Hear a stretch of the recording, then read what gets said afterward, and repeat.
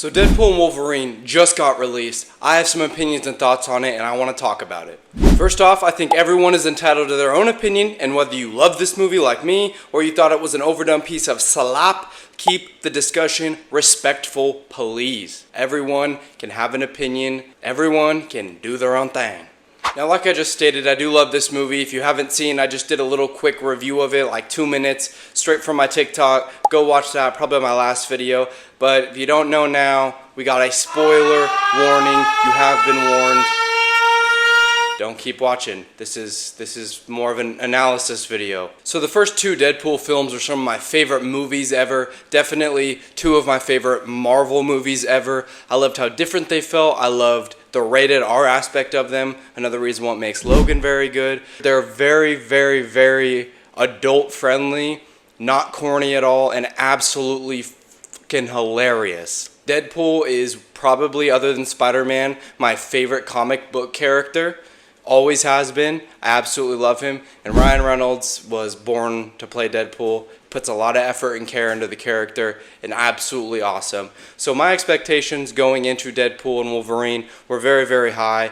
Again, Wolverine is one of my favorite characters from my childhood. I was born in 2004, so as a kid, I did grow up on the pre-released X-Men movies and then the ones released after that. So I had very high expectations for a third Ryan Reynolds Deadpool coming back, and most of all, Hugh Jackman coming back after Logan and all the other X-Men.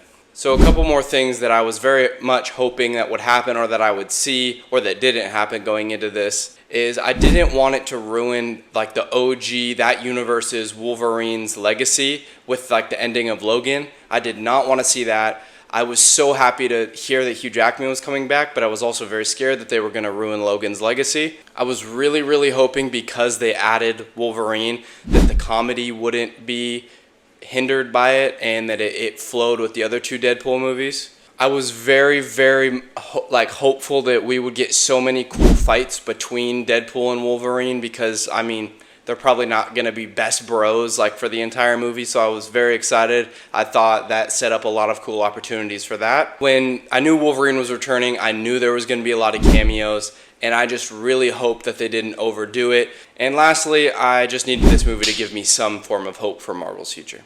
Alright, now jumping actually into the movie, man, that opening scene is probably one of the best things I've seen in a long time. I haven't laughed and freaking nodded my head in so much enjoyment and enthusiasm as Deadpool is annihilating the TVA members in the snow after digging up Logan's adamantium freaking skeleton. Oh, it's amazing. Instant way to hook you into the movie.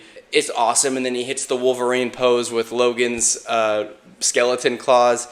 It's absolutely one of the best opening scenes I've ever seen. Now, fast forwarding a little bit into the story, we have the whole birthday scene where Wade, comes home, he staples his toupee on, and there's pretty much every single character that he brought back to life after using Cable's little time watch in Deadpool 2. They're all throwing a birthday party for him, and it's very awesome until the TVA agents come and try to, he thinks they're trying to come peg him, but pegging isn't new for me, friendo, but it is for Disney.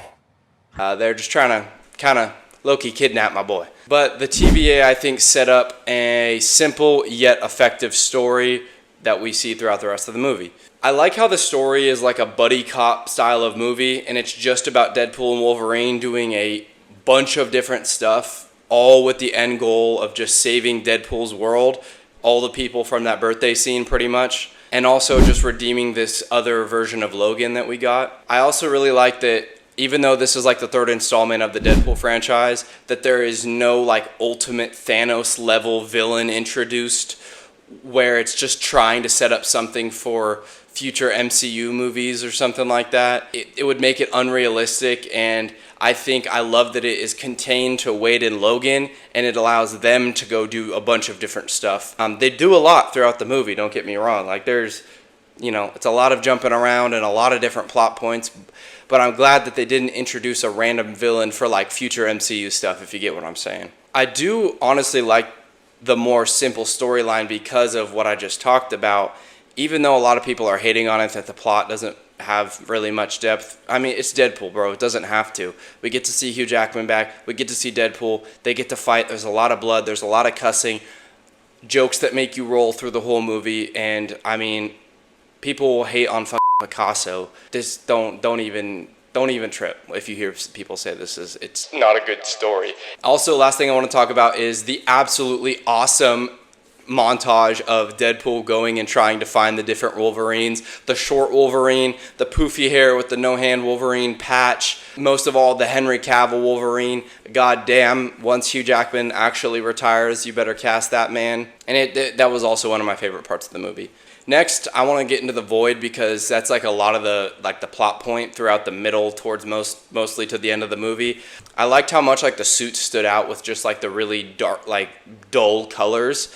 You had a bunch of other cameos like Sabretooth come back, Toad, and then when they get actually back to the Giant Man headquartered thing after they get captured, you got the introduction of the villain, Cassandra Nova, but before that, we got the boy Johnny Storm who surprises everyone when he says Storm on, and you think that Deadpool kills him, gets him killed, because Cassandra Nova kind of literally sucks the skin off of his body and he dies. But Cassandra Nova is a very intimidating, cool villain, and I think it's cool that she's like Charles Xavier's. I'm glad we didn't see just like some rogue version of Charles where they brought back Patrick Stewart or James McAvoy.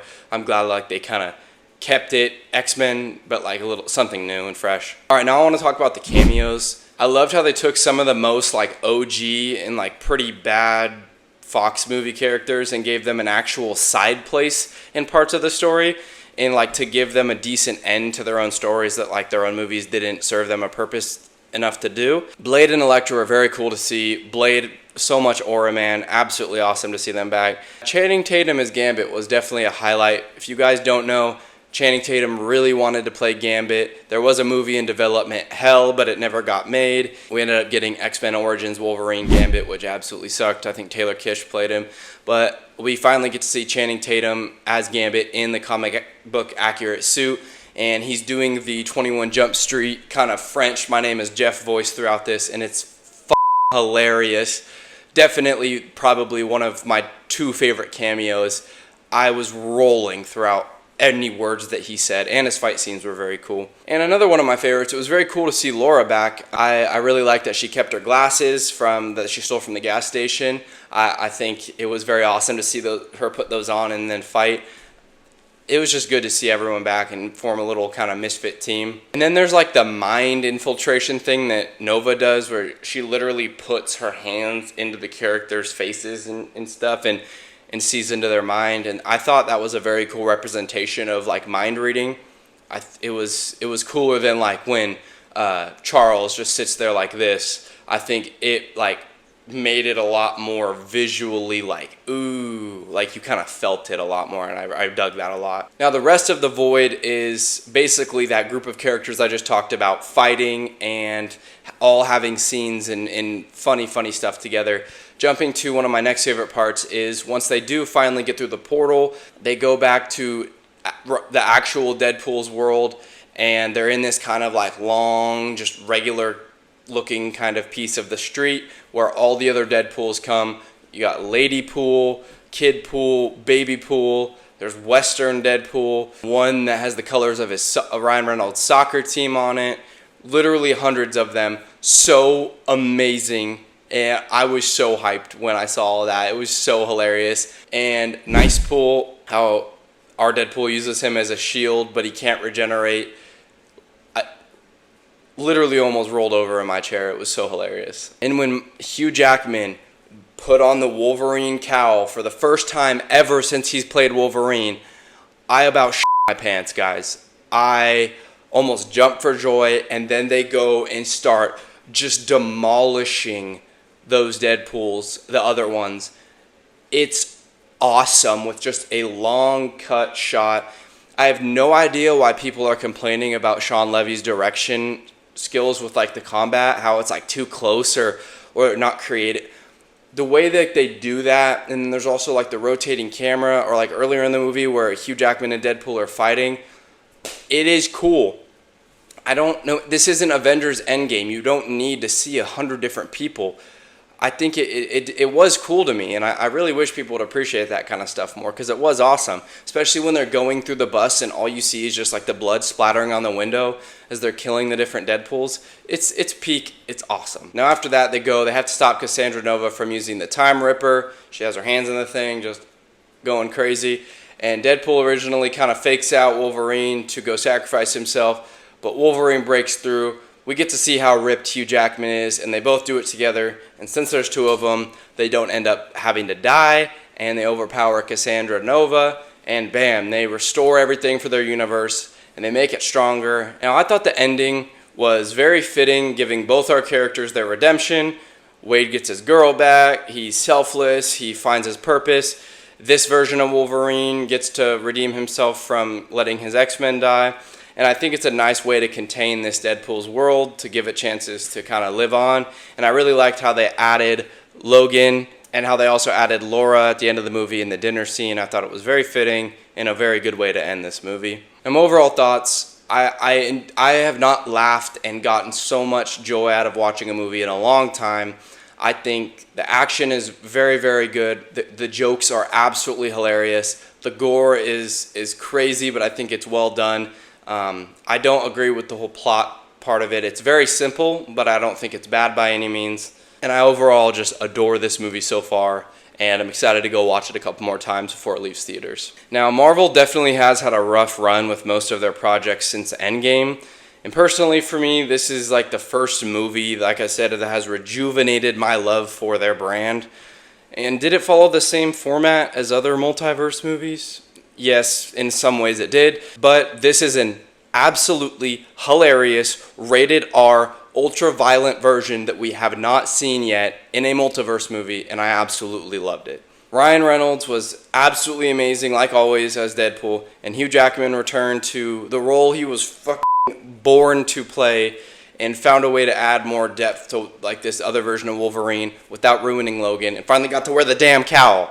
Now, I think Deadpool and Wolverine used its side characters to wrap up a lot of the pre-MCU Marvel with just a love letter of a movie for that time period. The action and comedy was great. The buddy cop-centric focus on the Deadpool and Wolverine side of things was one of my favorite parts. And if we can ride the coattails of this and continue to build back the quality of Marvel movies, I'd be forever grateful, Marvel. So thank you, Deadpool and Wolverine, for curing my Marvel depression and currently, finally, giving me some hope for the future of the brand.